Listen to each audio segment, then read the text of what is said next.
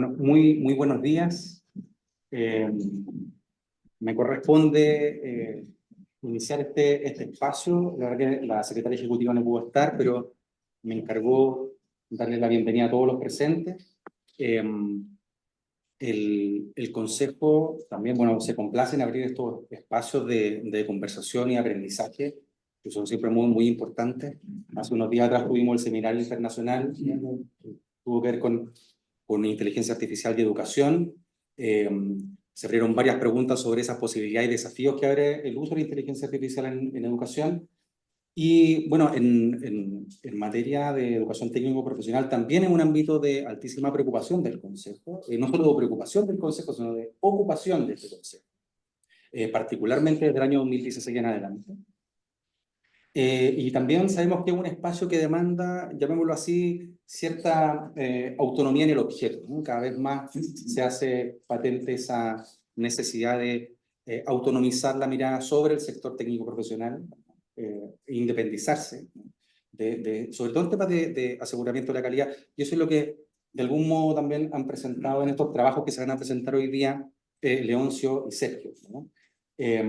Así que como consejo esperamos poder contribuir en ese debate, en esos aprendizajes y, bueno, continuar en esa digamos, senda incremental, ¿verdad? De un mejor sistema de aseguramiento de la calidad, más sensible a la diversidad, más sensible a la autonomía de los proyectos educativos en esta área, ¿no? Así que, bueno, muy bienvenidos a todos y esperamos que sea una conversación también bien provechosa.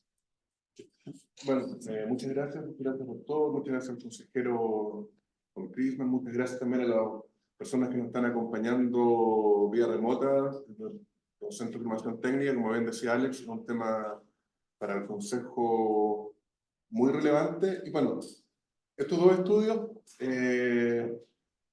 se enmarcan un poco, o sea, nos permiten ilustrar estos temas. O sea, primero está desafío de aseguramiento de la calidad en la institución de educación superior técnico-profesionales frente al sistema de acreditación obligatoria, de acuerdo con una clasificación del sector basada en datos empíricos. Un estudio que fue publicado en nuestra revista, un estudio muy interesante, de términos metodológicos, de gran rigor, fue sometido a un proceso exhaustivo de revisión de pares y es uno de los muy buenos artículos que hemos publicado en los últimos años. Por eso teníamos mucho interés en que los autores vinieran a presentarlo. Y también ellos van a presentar el estudio que acaban de publicar en el libro de Equalis, Tendencias en empleabilidad en educación superior, técnico-profesional a la luz de la ciencia. O sea,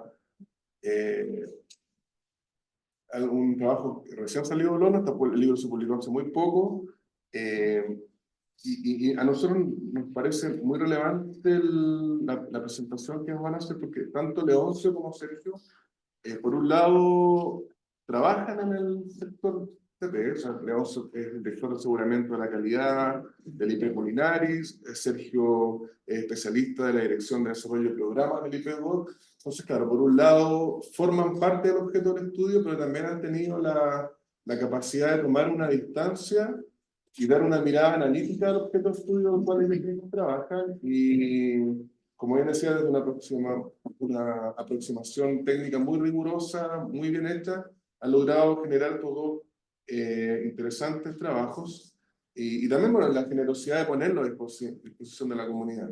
No todos, como hablábamos con el rector hace poco, no todos los centros tienen acceso a datos, entonces, o a tener en su planta académica profesional con un perfil académico, que puedan tomar esta distancia e investigar. Entonces, el hacer la información pública creo que también es un aporte muy valioso al sistema de educación superior. Y bueno, también, como bien decía Alex, nosotros hemos estado bien ocupados del sector TP, trabajando en la supervigilancia de acompañamiento a los sectores estatales, y tanto Leoncio como Sergio han sido destacados colaboradores de nuestro proceso también como consultores, y han tenido también la generosidad de compartir su experiencia con la educación y el conocimiento que han desarrollado. Así que muchas gracias, no solo por esta exposición que se viene, sino que por el trabajo de colaboración que han tenido con el Consejo estos últimos años.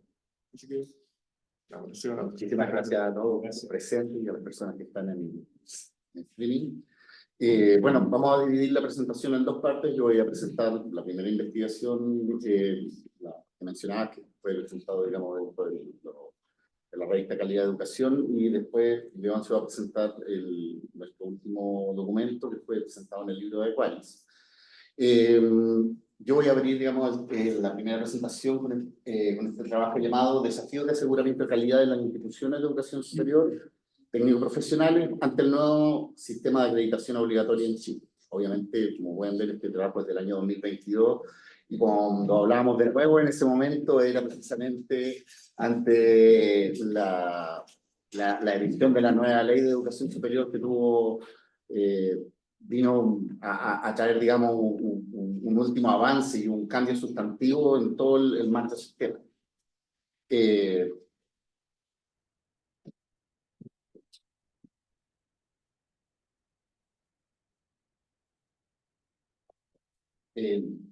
Y digamos que vino a traer un cambio porque, o sea, si pensamos en algún momento, como partió, digamos, todos los procesos de calidad para educación superior, pensamos en estos procesos experimentales que partieron desde más o menos el año 90, desde el año 2000 más o menos hasta el 2006, que fueron los procesos experimentales de acreditación. Después llegó la ley 20.129, que, digamos, empezó a crear todo un sistema nacional de aseguramiento de calidad, y ahora una ley de educación superior que incorporaba muchísimas leyes dentro de sí y que generaba, digamos, un sistema un poco más integrado. Hablamos también que a partir de ese momento, para el ecosistema ATP se cree, la ley reconoce, digamos, dentro de sí misma las características de un sistema técnico profesional, algo que hasta ese momento había sido inédito. Se crea una estrategia nacional que se define más o menos 2017-2018, donde se dice vamos a orientar la formación técnico profesional hacia estos puntos, y voy a referir un poco más respecto a eso, en que esto también se asocia a lo que denominamos la promesa histórica dentro del documento. Se crea además el tema del Marco Nacional de Cualificaciones Técnico-Profesional, que ha avanzado, ya lleva alrededor de 10 años, y más o menos ha tenido un avance en numerosas áreas, donde se ha incluido turismo, minería, informática, y han ido progresando en la creación de lo que se llaman las rutas formativas laborales, y que vienen a definir desde lo más básico hasta el nivel TP, que son el nivel 5 en este momento, digamos, las rutas a las que se puede acceder. Esto permite generar articulaciones, esto permite generar además el reconocimiento de aprendizajes previos que no necesariamente fueron obtenidos a través de un sistema técnico profesional, que pueden ser desde el mundo laboral, generando beneficios para las personas. La gratuidad de la educación superior que todos conocemos. Se crea también, se fortalece la institucionalidad a partir de la creación de la subsecretaría, la superintendencia de educación superior, y, digamos, la ley nos viene a plantear ahora que la acreditación es obligatoria además, y viene todos los procesos asociados que tiene con el Consejo también, que tienen que ver cuando una institución finalmente no acredita, tiene que someter o ir al cierre o someterse a una supervisión. Nosotros, digamos, llevamos harto tiempo dentro del tema de educación superior, y hemos estado, y tratamos un poco de buscar historia de también acerca del sistema TP. Y si tú te vas un poco hacia el año 81, cuando vino, antes de esta explosión de la educación técnico-profesional, se hablaba ya allí, en esos tiempos, de que la educación superior TP iba a ser de calidad. O sea, la educación TP va a contribuir a la producción y al desarrollo social. Se hablaba ya en ese momento también. Y se va a realizar articulación. Pero ahora, si tú te vas a la Estrategia Nacional TP, vuelven a aparecer estos tres temas. Entonces, claro, entonces queda allí de por medio, ¿qué pasó entre medio? ¿Quién midió? ¿Se hizo eso? ¿Se produjo la articulación? ¿Fue un factor de movilidad social? ¿Afectó positivamente al sector productivo? ¿Hubo educación de calidad cuando hubo una explosión de casi 300 instituciones, más de 300 instituciones TP en ese momento? Entonces, surge allí de que hay de por medio una promesa histórica, o sea, una promesa que no estamos seguros si se cumplió o no. Por otro lado, y algo que discutíamos un poco antes de esta presentación, había un fuerte sesgo universitario a lo largo de la. O sea, el sistema estuvo fuertemente concentrado en la educación superior universitaria. Cuando tú salías del colegio, alguien te preguntaba, bueno, ¿y a qué universidad vas a ir? O si tú ibas a los procesos de acreditación iniciales, experimentales, y visitabas una institución técnico-profesional, los instrumentos preguntaban por investigación. Entonces, había allí, digamos, el sesgo era netamente universitarista, por decirlo así. Y por otro lado, cuando hablamos de una alta diversidad de instituciones, en las instituciones de educación superior, si separamos, y es algo que encontramos también, si separamos lo universitario y lo TDP, encontramos que la diversidad en TP es mucho más grande que la del sistema universitario. En base a esto nos hicimos la siguiente pregunta, en el fondo. ¿Cómo pueden las instituciones técnico-profesionales responder a las nuevas exigencias provenientes de la reforma de educación superior del 2018? ¿Cómo puede el sistema, el Estado, las instituciones y el sector productivo dar una respuesta de calidad a la promesa país de la formación técnico-profesional? Y dada esta diversidad de realidades en formación técnico-profesional, es posible establecer una parametrización de esta diversidad a partir de los datos públicos del sistema. Así que necesitábamos en el fondo generar algún tipo de clasificación inicialmente para las instituciones para poder, digamos, establecer o orientarnos a cómo estos cambios en el sistema los afectan de manera distinta a distintos tipos de instituciones. Entonces, nuestra metodología, la metodología que aplicamos fue a aplicar un análisis por conglomerados o clúster, que en una primera etapa, digamos, simplificando un poco el tema, busca generar instituciones que se parecen más entre sí y agruparlas, y además diferenciar estos grupos entre sí. En fondo, generar grupos que se parecen entre sí y que se diferencian entre los grupos. Los datos fueron los datos que son públicos, del CIES, de la CNA, del CNED, y finalmente este modelo generó 4 clústeres muy significativos con 6 variables predictoras. Se aplicó a 85 instituciones, más cuando se aplicó esto, el método dejó afuera del modelo al 2%, que son 23 instituciones en este caso, que representan casi 9.000 estudiantes y que el modelo los dejó afuera porque eran CPT estatales que estaban recién comenzando, digamos, no había datos, había instituciones en cierre de por medio, instituciones que no habían presentado datos dentro del sistema, por lo tanto, al tomar nuestros datos predictorios como años de acreditación, metros cuadrados construidos, matrícula de pregrado, resultados del ejercicio financiero, retenciones, no habían datos que pudieran incluirse dentro del modelo. La calidad de los clústeres en términos de nivel de significancia opera en 0,6, por lo tanto es bastante significativo como para decir que, digamos, es una buena medición. Como resultado, nos encontramos con estos 4 clústeres principales que en este gráfico están divididos como números de estudiantes versus años de acreditación. Encontramos un pequeño clúster de 6 instituciones que están entre los 6 y los 7 años y que abarcan a 335.000 estudiantes del sistema. Otro clúster, nuestro clúster número 2, que está en 63.000 estudiantes y que se encuentra por sobre los entre 4 y 6 años de acreditación más o menos. Un tercer clúster que abarca 54.000 estudiantes que no alcanza a tener los 4 años de acreditación, y un clúster número 4 que corresponde a 28.000 estudiantes de instituciones que no están acreditadas. Y podemos ver cómo los clasificamos. Y la dispersión que tienen estas instituciones dentro del gráfico es la que pueden ver acá en relación a los años de acreditación versus el número de estudiantes. El primer clúster son 6 instituciones, el clúster 2 son 14, clúster 3, 13 y 29 en el clúster 4, que en ese momento no se encontraban acreditados. Vamos a ir viendo entonces cuáles son los datos que surgen del análisis y además los desafíos que son diferenciados para cada uno de los clústeres. En este caso, por ejemplo, para el clúster 1, que son 6 instituciones, corresponde a 4 IP y 2 FT, el promedio de acreditación son 5.8 años, matrícula 335.000, más o menos alrededor de 1.000 programas.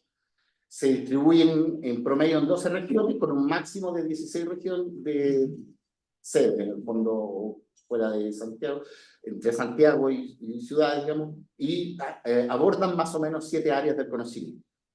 ¿Qué encontramos aquí? Nos encontramos con que hay indicadores muy positivos en términos de retención. Nos encontramos de que se destacan las condiciones para la personalización de la docencia, o sea, un buen nivel de jornadas completas equivalentes y de infraestructura en términos de metros cuadrados por estudiante. Y que hay buenos datos que corresponden a sustentabilidad financiera en términos del ejercicio financiero. ¿Cuáles son los desafíos que corresponden a este grupo? Son el desafío de la complejidad. Se añade aquí ahora como requisitos para la acreditación, la vinculación con el medio, la innovación y la investigación, que antes no eran un requisito para las instituciones TP, pero que ahora sí se vuelven un requisito si es que quieres aspirar a niveles crecientes de calidad o a ser evaluado o acreditar por 6 o 7 años. Un factor que es transversal a todos los clústeres, empleabilidad. O sea, también el tema de empleabilidad es algo que sigue siendo importante que lo tomemos después también, porque la empleabilidad es un dato sumamente es impreciso de medir a veces, y es además un dato que no es responsabilidad netamente de las instituciones, es un dato que la empleabilidad es una responsabilidad sistémica. Entonces, cuando le dan la responsabilidad a las instituciones, dicen, pero aquí hay actores que no están actuando en la empleabilidad, entonces tienes que pensar, ¿dónde está el sector productivo? ¿Dónde está el Estado? Entonces, hay que trabajar en este dato de manera más sistémica. Y por otro lado, otro desafío es el tiempo de titulación, que en el fondo tienen que mejorar los datos del tiempo de titulación también dentro del clúster 1. Para los datos del clúster 2, podemos ver, son 14 instituciones, 8 IP, 6 FT, con años de acreditación 4.4 promedio, matrícula 63.000 estudiantes, alrededor de 104 programas, se encuentran en 2 regiones, 5 a lo máximo, y cubren alrededor de 4 áreas de conocimiento. Este clúster es el que tiene con mayor tasa de crecimiento anual de matrículas entre el año 2015 y 2016. O sea, ha tenido un desarrollo exponencial en ese sentido. Mantiene indicadores bastante aceptables en términos de retención y de egreso, que digamos lo que deberíamos llamar como proceso formativo, y presenta una situación financiera aceptable además. ¿Cuáles son los desafíos que identificamos para este clúster? También pensando en el crecimiento de la matrícula, esto impacta negativamente en la personalización de la docencia, porque si no inviertes en lo que es jornadas completas equivalentes, el aumento de la matrícula te empieza a empeorar el dato. Nuevamente, el desafío transversal de vinculación con el medio, innovación, investigación y empleabilidad.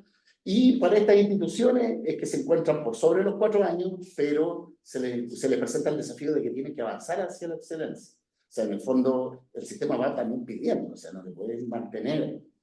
Esto también lo podemos conversar después. También plantea hacia dónde van a crecer también los criterios en el futuro, porque una institución que se encuentra hoy en día entre 6 y 7 años, ¿hacia dónde se va a mover cuando ya estén los 7 años? ¿Cuáles son los criterios que van a venir? Entonces tenemos que empezar a pensar, o sea, la lógica me dice a mí de que los criterios que vienen son cómo nos movemos hacia ser instituciones de clase mundial. Y ser instituciones de clase mundial, otro sistema de inversión, instituciones de clase mundial implica la integración o sea, podemos generar una formación de buena calidad, igual que las grandes instituciones, pero no tenemos 20 premios Nobel trabajando. Entonces hay que empezar a pensar en qué tipo de investigación va a ser la que vamos a financiar, etcétera, etcétera. Del mismo modo se presenta, saltamos aquí hacia el clúster 3. Aquí el número de instituciones son 13, 7 IP, 6 FT, con 2,8 años de acreditación en promedio, matrícula 54.000 estudiantes, 72 programas, más o menos el mismo número de regiones, 3 a lo máximo, y cubren 4 áreas del conocimiento en promedio, ¿no? Aquí se presenta en este clúster las cifras más altas de ingreso mensual entre los titulados. En este caso, la renta promedio del 4º año alcanza los 763.000 pesos, lo que es el indicador más alto de los 4 grupos. Y también tiene un indicador bastante positivo en términos del tiempo de titulación. ¿Cuáles son los desafíos? También en este caso es lograr una acreditación avanzada, que en el fondo llegar a los 4 años ya bajo el incentivo de la gratuidad. Por otro lado, mejorar los indicadores de progresión, de empleabilidad, de personalización de la docencia. Aquí la precaución sobre la sustentabilidad financiera, porque en el fondo lo que pudimos apreciar es de que están ajustados en términos financieros este grupo de instituciones. Y las complejidades en el mediano plazo son también la vinculación con el medio del aseguramiento interno, en términos de saltar hacia la acreditación avanzada, y en el largo plazo, ya, porque ya es un tema que para instituciones de excelencia, el tema de innovación e investigación. Y saltando hacia el clúster 4, nos encontramos acá con el número más alto de instituciones que no están acreditadas, cubren una matrícula de 28.000 estudiantes, que es el 6% de todo el número de estudiantes de los 4 clústeres, 62 programas entre todas, cubren 3 áreas del conocimiento más o menos en 2 regiones, las 7 máximo. Aquí encontramos la mayor proporción de estudiantes de enseñanza media de colegios particulares pagados. En el fondo cubre este grupo un 13% de la matrícula total de sus colegios. Presentan condiciones bastante buenas en términos de metros cuadrados por estudiante, pero esto podría estarse correlacionando con una disminución sostenida de la matrícula en este grupo, lo que nos lleva a pensar que puede haber mucha instalación subutilizada también en este espacio. Y aquí ya los desafíos, ya no hablamos de solamente desafíos, ya hablamos de supervivencia. Son instituciones que estamos pensando que cumplen todos los requisitos de cierre. Entonces, ¿qué pasa? Nos encontramos con una tasa de crecimiento anual de matrícula en el periodo de menos 6,8%, y ya de por el otro. Acá el desafío es: ¿alcanzamos la acreditación o nos acogemos a un eventual cierre?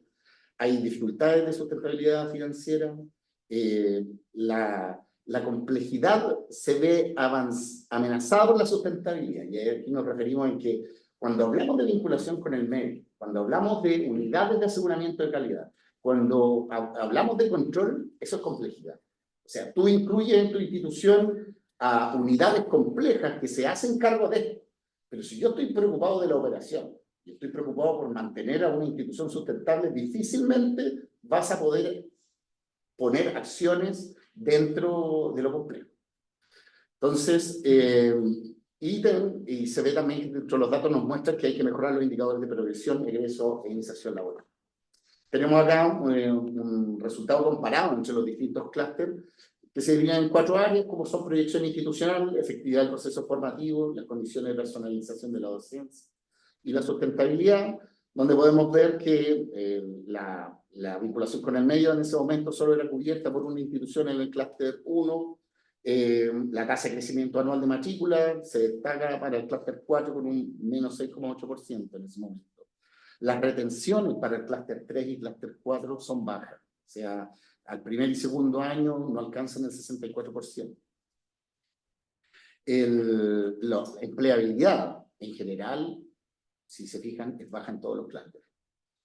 Y estamos hablando de empleabilidad primer y segundo año, o sea, estamos diciendo de que el 65%, que es el número más alto, o sea, yo al segundo año de que salen mis egresados solo está empleado un 65%. Eso es bajo. Cuando pensamos en ingreso al cuarto año, lo que ya habíamos destacado, el dato para el clúster 4 también es bajo comparativamente con el clúster 1. O sea, estamos hablando de poco menos de 200, claro, más de 100.000 pesos de diferencia. El delta al tiempo de titulación, el más alto es el clúster 1, donde tenemos 2,2 semestres en CFT y 2,5 en IP. Clúster 2 y clúster 3 tienen los datos más altos en términos de jornadas completas equivalentes por estudiante y metros cuadrados totales por estudiante. Volúmenes de biblioteca es bajo en el clúster 2. El tema del espacio de talleres por estudiante se puede ver comparativamente entre el clúster 1 y los 2, 3 y 4, de que tenemos en esos espacios 392 estudiantes versus más de 1.000 en los otros. Y los resultados financieros por estudiante, vemos que el clúster 3 y el clúster 4 son los que se encuentran más compungidos en este sentido. Quisiera entonces pasar como cuáles son los desafíos que identificamos dentro de las distintas partes de nuestro ecosistema, digamos. Para las instituciones, encontramos que hay desafíos específicos como fueron siendo mencionados para cada tipo de clúster en instituciones.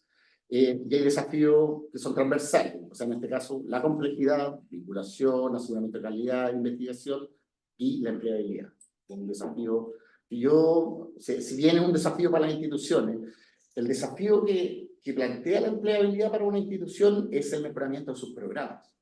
Porque ¿qué tiene que hacer una institución a nivel micro? A nivel, digamos, tiene que realizar investigación sobre los programas. O sea, tengo que hacer un mejoramiento, porque lo que yo tengo que identificar es pertinencia.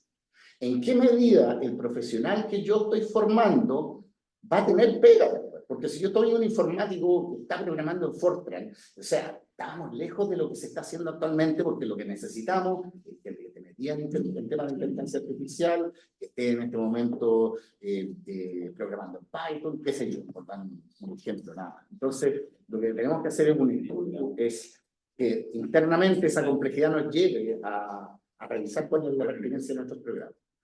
Por otro lado, desde el sistema de educación superior, promover el mejoramiento de los procesos de gestión de calidad, ya que corresponden a un factor importante dentro del desempeño de las instituciones.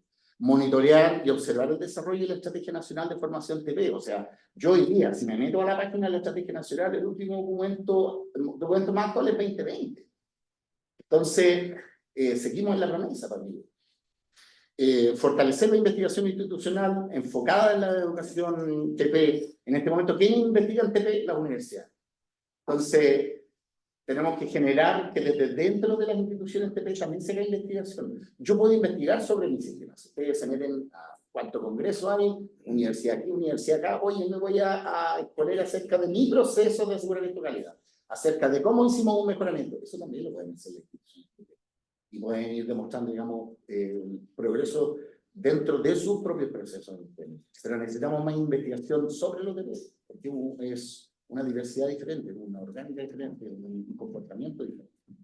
Desde los términos de la política y la gobernanza, fortalecer la pertinencia de la formación TP involucrando a todos los actores relevantes. Porque aquí, claramente, lo que les decía antes, o sea, la empleabilidad no se va a solucionar con que nosotros hagamos cambios solamente en nuestros programas. O sea, se necesita una apertura de la industria, por otro lado. O sea, si fuéramos a buscar datos públicos en este momento acerca de cuáles son las principales tecnologías que se están utilizando en minería. O sea, tengo que buscar alguna investigación, encontrar una particularidad y que ahí se diga o se plantee, mira, sabes que las tecnologías que se están empleando son estas. Como instituciones de educación superior, ¿podemos acceder a comprar esa maquinaria o podemos establecer partnership con las empresas y generar algún sistema de formación dual? Sí. Pero en el fondo se necesita intervenir esto de manera más ecosistémica. Y promover en este caso una mejor inserción laboral y la trayectoria profesional de los titulados.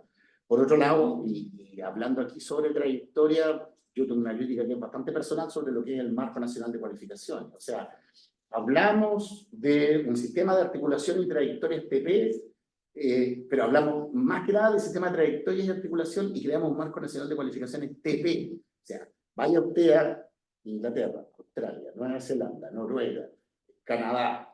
Los marcos de cualificaciones llegan al posgrado.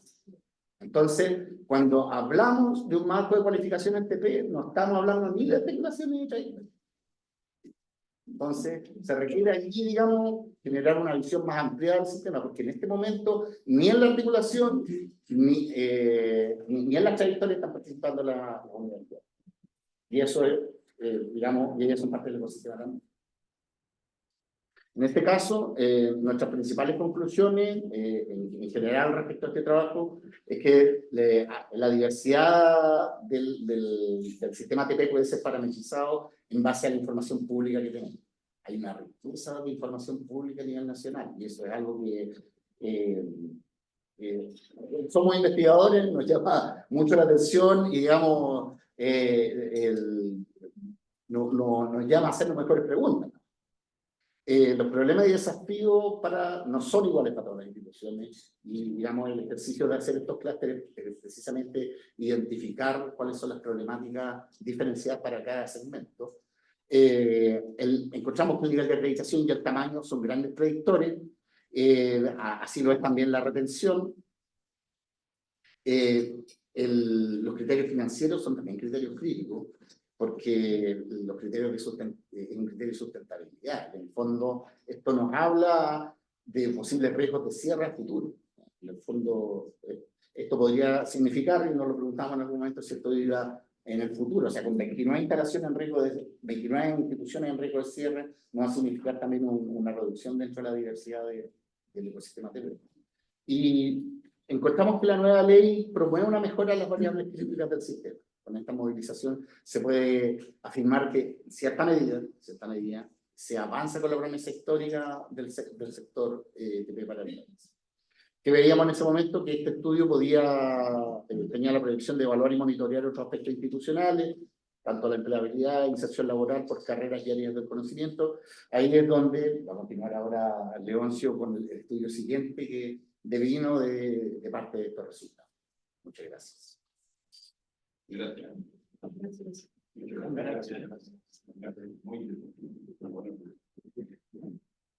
Bueno, a propósito, a ver, justamente de las conclusiones que obtuvimos en este primer estudio es que decidimos embarcar en el segundo, o sea, de evaluar efectivamente qué pasa con la empleabilidad. Ya dado que para los 4 grupos que identificamos es un tema que ninguno alcanzaba niveles altos, según una clasificación también que nos pusimos, que es sobre un 70%, digamos, lo vamos a considerar que existe una empleabilidad. Vimos algunas referencias, pero finalmente optamos por afirmarlo, digamos, en esos parámetros. Entonces, luego de este primer estudio nos abocamos a trabajar también en ver qué está pasando con la empleabilidad en el sector TV. Y ahí vimos también la evolución de los datos disponibles en el sistema entre el año 2018 y 2022. Bueno, esto es parte también del libro que está publicado en Equalis ahora, este año, que se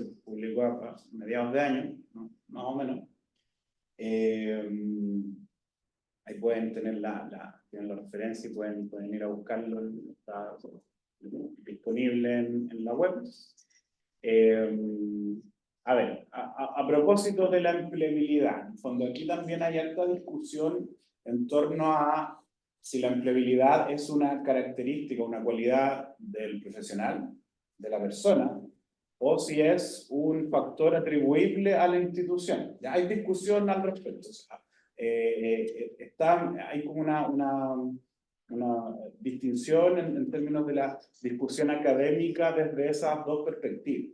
¿Ya? Que es interesante considerarla. O sea, por un lado, por ejemplo, la OIT, Organización Internacional del Trabajo, lo define como una cualidad del sujeto, de la persona. ¿Ya? Sin embargo, hay otros autores que lo ven, como los que aparecen acá, la empleabilidad como un factor para evaluar el desempeño institucional. ¿Ya? En los procesos de acreditación, a las instituciones se los mide en torno a los niveles de empleabilidad, por lo tanto, ya deja de ser una responsabilidad individual y pasa a ser una responsabilidad institucional, ya como factor de marco prestigio y también como una evolución del sistema en torno a cómo ha penetrado el mercado laboral, o el mercado, digamos, la oferta y demanda, en la estabilidad o institucionalización de la educación superior. ¿Ya?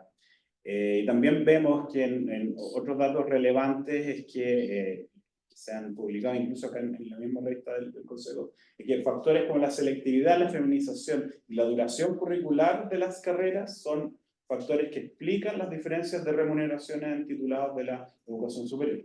¿Ya? O sea, si vemos solamente la duración de las carreras, el sector TP ofrece por misión carreras más cortas que la universitaria, por lo tanto ahí también hay un castigo que lo vemos en la cifra en cuanto al retorno de los ingresos de los titulados. A ver, la metodología que ocupamos para este segundo estudio es hacer un análisis exploratorio de la evolución de la empleabilidad al primer y al segundo año de egreso.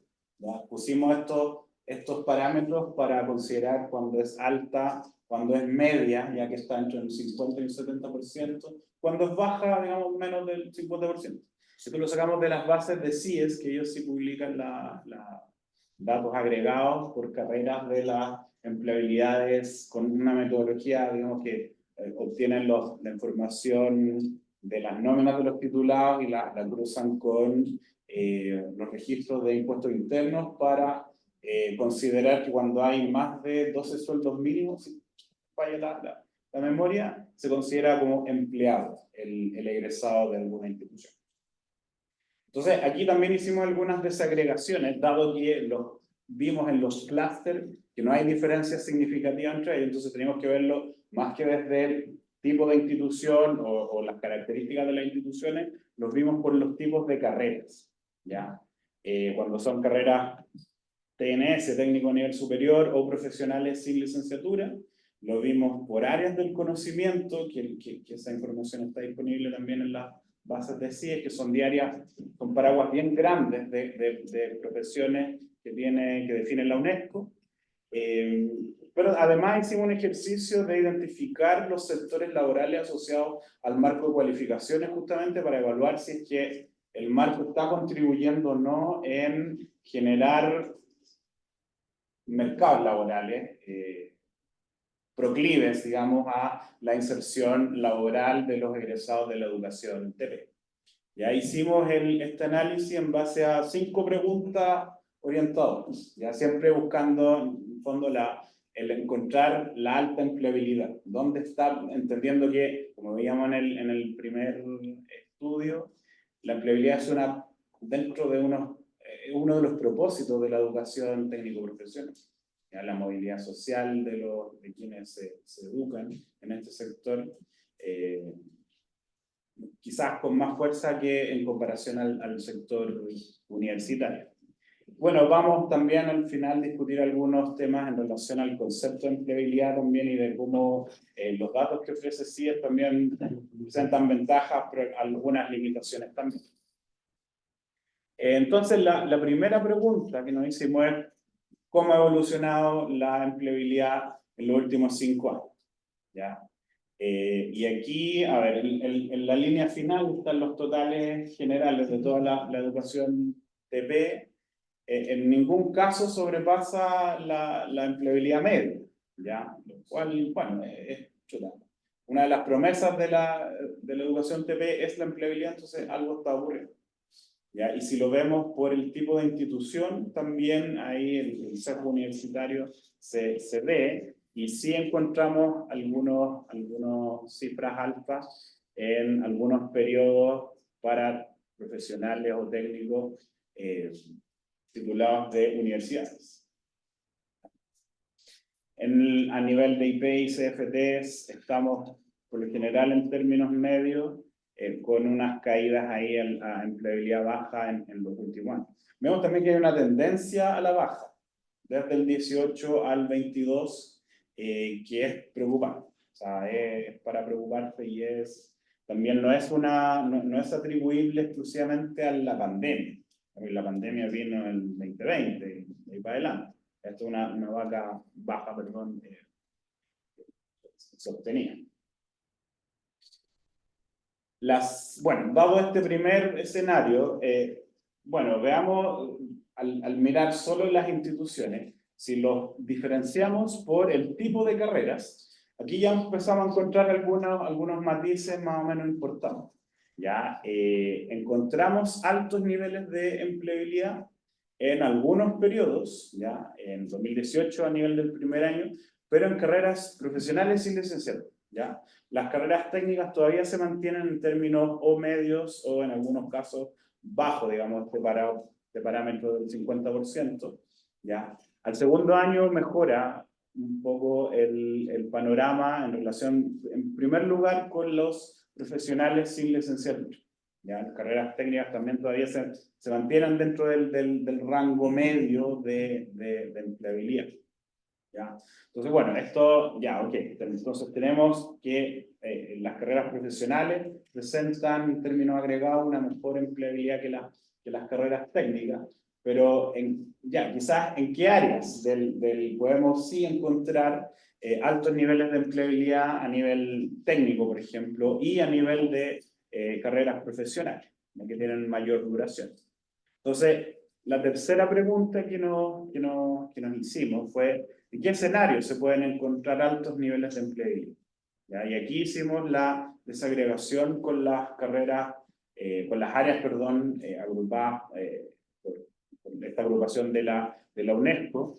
Y no sé si se alcanza a apreciar bien, pero las que están destacadas en negrita son las que presentan alta empleabilidad. Y en general estamos viendo las carreras que están comprendidas en las áreas de administración y comercio. Esto para carreras profesionales y licenciaturas. A nivel de tecnología, en ambos casos, digamos, impartidas por institutos o por universidades, y en algunos casos en otras áreas como ciencias sociales, el área agropecuaria, ciencias básicas y sociales nuevamente a nivel universitario. Entonces ya aquí empezamos a ver matices.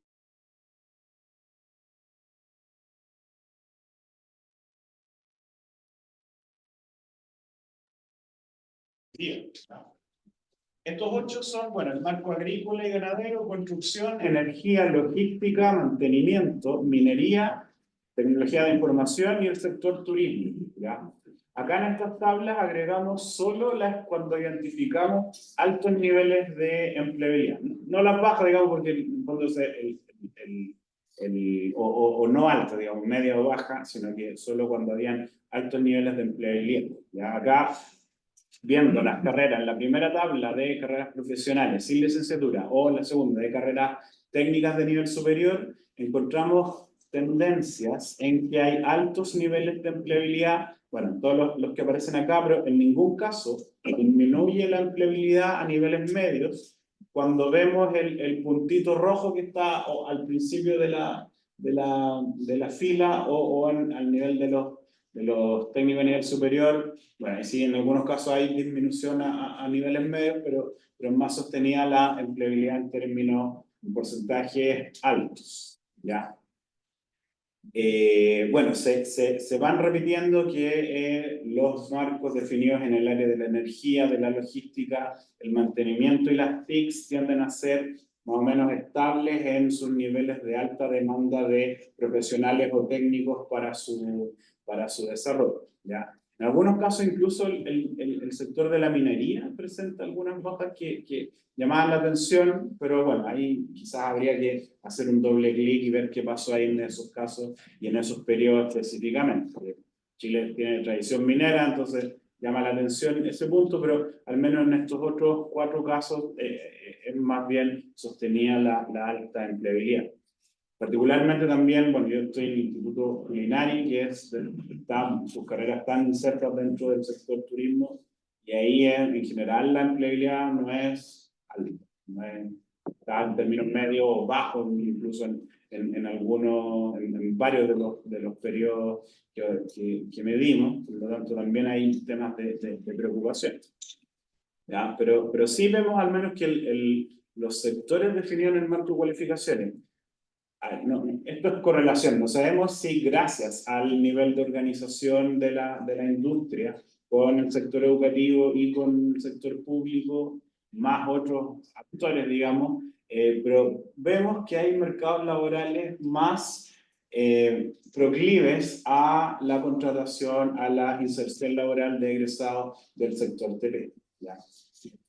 A diferencia, digamos, de las otras áreas de la UNESCO, de otros sectores, ¿ya? Y bueno, y por último, la última pregunta es que sabiendo que el marco tiene niveles de desarrollo, no es homogéneo en cada uno de los ocho sectores, sí establecimos también una clasificación según los niveles de desarrollo de los perfiles laborales en cada uno de los sectores. Y también encontramos una cierta tendencia que a mayor desarrollo, es decir, mayor consenso, mayor avance de los distintos actores, el sector productivo, el sector público, los CFT, los IP, toda la orgánica, digamos, que existente para avanzar en estas materias, en general tendemos a ver tendencias más altas de empleabilidad que cuando hay un menor nivel de desarrollo, ¿ya? Entonces, bueno, esto nos lleva a las siguientes conclusiones. En términos generales, la empleabilidad del sector se mantiene en términos medios, ¿ya? Entre 50 y 70%, en todos los periodos observados, eso sí, con una disminución sostenida en los años observados, ¿ya? La empleabilidad de las carreras TP impartidas por universidades es mayor que la impartida por los IP y sucesivamente también por los CFT. Las carreras profesionales y licenciatura tienen un 11% aproximadamente mayor empleabilidad que las carreras técnicas. Y esta disminución consecutiva de la empleabilidad en todos los sectores. O sea, no necesariamente es atribuible a la pandemia. Ya no se observan datos de recuperación y golpea más profundamente también en las carreras técnicas, que son elementos como para observar ahí qué está ocurriendo. En cuanto al donde sí encontramos altos niveles de empleabilidad, las conclusiones, los aprendizajes van en el sentido de que, a ver, las áreas de administración y comercio y tecnología cubren aproximadamente el 60% tanto de la matrícula como de los titulados, ¿ya? En ambos casos, o sea, un sector mayoritario de las personas que entran al sector TP están insertos en estas áreas donde efectivamente hay un nivel de inserción laboral más dinámico.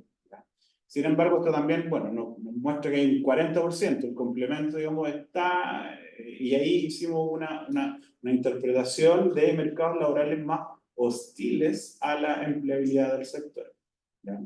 Bueno, también destacar, obviamente, los altos niveles de empleabilidad en las carreras asociadas al marco de cualificaciones, en términos del sector de energía, logística, mantenimiento, TICs y minería, ¿ya? Y bueno, las bajas empleabilidades que son preocupantes, las observamos en el sector de arte y arquitectura, de esta clasificación UNESCO, digamos, en la educación, ¿ya? En salud también, que son temas significativos para el desarrollo del país. Incluso en el nivel universitario en estas áreas están las carreras que tienen que acreditarse obligatoriamente.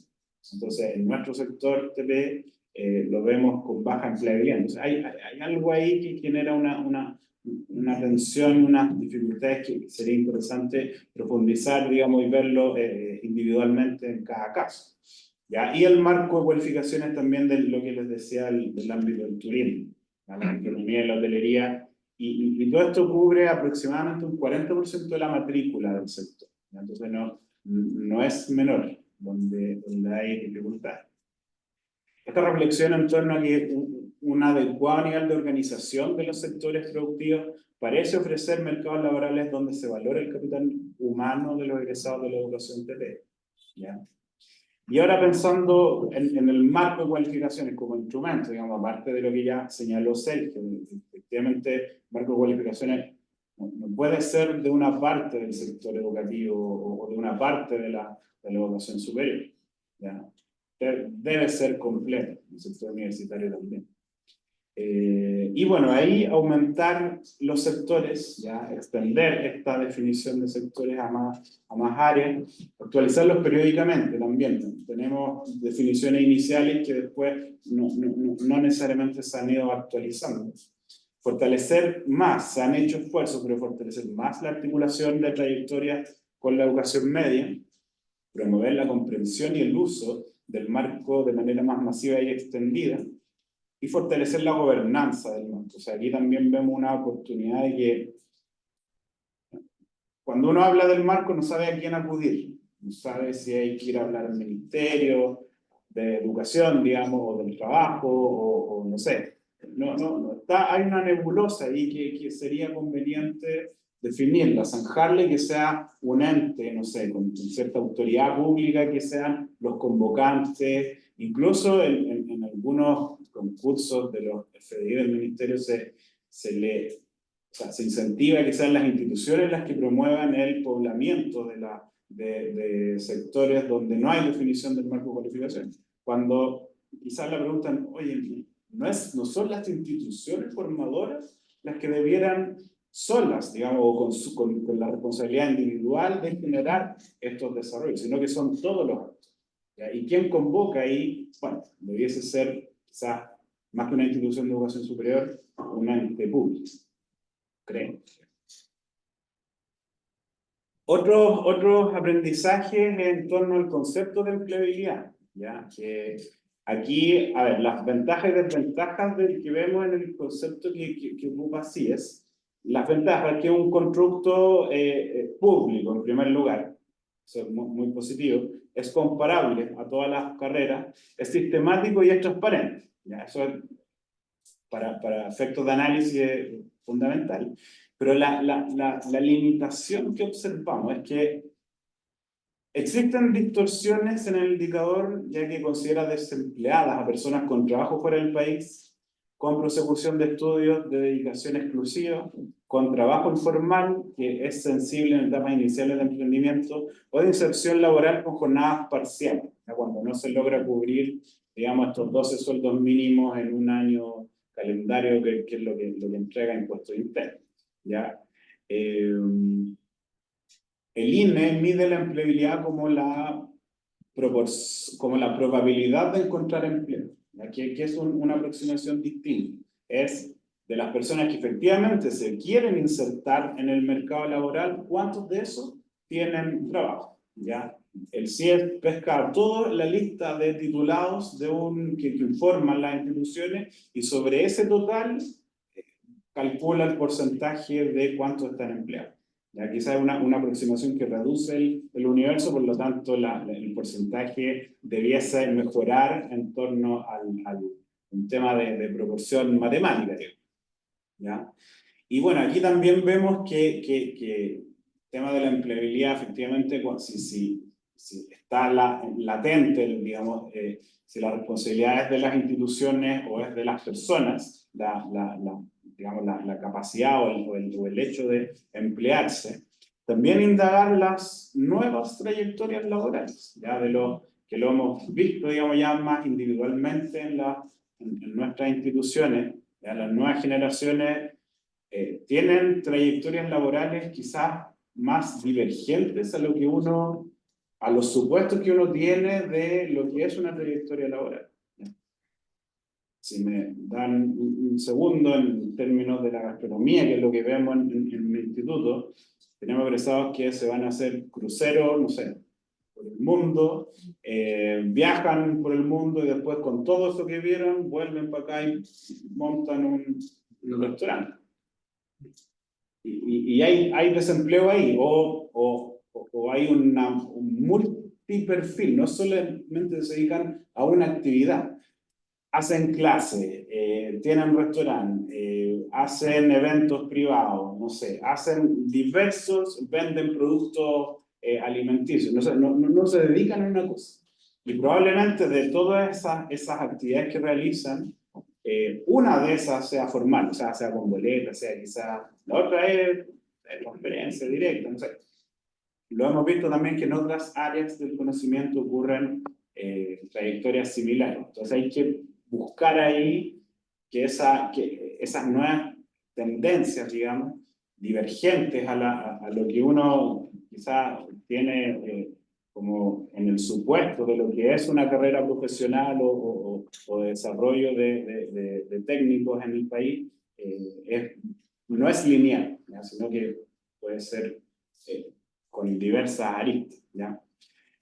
Y por último, quizás ya como corolario de esto es que efectivamente, si es que a las instituciones se nos evalúa nuestra eficacia como desempeño institucional en la formación de técnicos o profesionales, a través de la empleabilidad, quizás también complementar ese ámbito con observar elementos de realización personal de las personas, de los no profesionales técnicos, ya que también a veces vemos que hay testimonios de estudiantes que no necesariamente quieren estudiar para emplearse, posterior a titularse, a obtener su credencial, sino que, no sé, a veces para cuidar a un familiar, no sé, hemos visto realizarse personalmente, una deuda personal que tienen de que no pudieron estudiar en su juventud, quizás estudiantes mayores, y que ahora ven posibilidades en la educación TP para efectivamente cumplir esa etapa. En fin, hay montones de posibilidades acá de profundizar y bueno, esa es un poco las dos investigaciones que hemos realizado con Sergio y muchas gracias por su atención. Muchas gracias. Gracias a ustedes.